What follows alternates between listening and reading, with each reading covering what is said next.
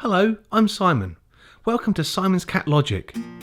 We'll be finding out from a cat expert why cats behave the way they do.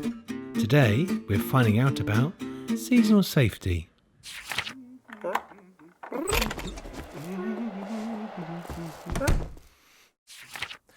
Well, Christmas time must be quite confusing if you're a cat. The humans bring in a great big tree from outside and they fill it full of lots of little dangling, swinging toys.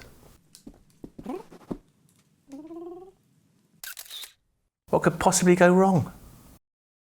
The holiday season can be a fun time of year, but it can also pose some challenges for your cat. Many owners wonder how to keep their cat safe over Christmas, and for many cats the focus is the Christmas tree. Although cats may be tempted to climb the Christmas tree, we really would recommend you don't let them do this. Make sure the tree has a sturdy base on it to prevent it from toppling over in case your cat decides to climb the tree whilst your back's turned.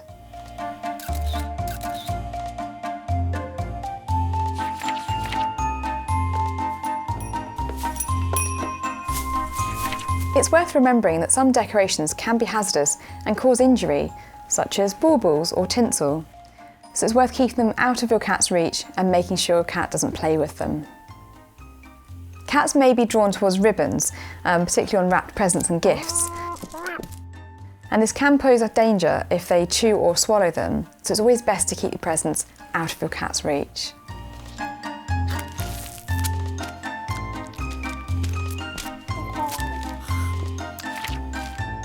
It's not so commonly known that a number of festive plants can be potentially fatal to cats, such as mistletoe, poinsettia, holly, ivy, and Christmas roses. So make sure these are moved out of the way as well. You may be tempted to share some of your festive food with your cat, and it's okay to give them a little bit of cooked turkey. Just make sure there aren't any bones in there. Whilst your cat can have a bit of turkey as a treat, it's best to keep human food off the menu, particularly chocolate, as it's poisonous to cats. During the festive period, you may well have lots of visitors around the house, including some people that may be unfamiliar to your cat. If you're having a party or your household is busy and noisy, then remember your cat may not want to join in. There are lots of things you can do to make it less stressful for your cat, such as avoiding the use of party poppers, fireworks, and making sure there's a safe, quiet room for your cat to retreat to avoid all the action.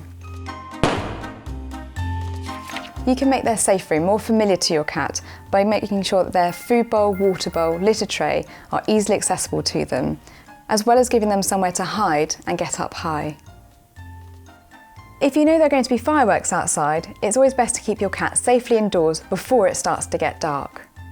Cats may find the noise of fireworks scary and stressful, but you can reduce the outside noise by making sure curtains are drawn and playing soft, soothing music in the background.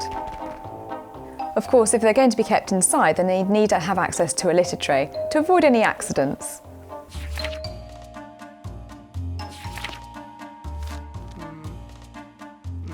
If you're thinking of going away, ensure that a trusted friend, relative, or professional pet sitter visits your cat daily to make sure they're okay and look after their daily needs. Alternatively, you may wish to consider putting your cat in a good, reputable cattery while you're away. You may wish to buy a present for your cat too. So something like a catnip toy mouse, or even some feed enrichment, we put food in the top, or a fishing rod toy. Any of these would make a perfect gift for your cat to enjoy.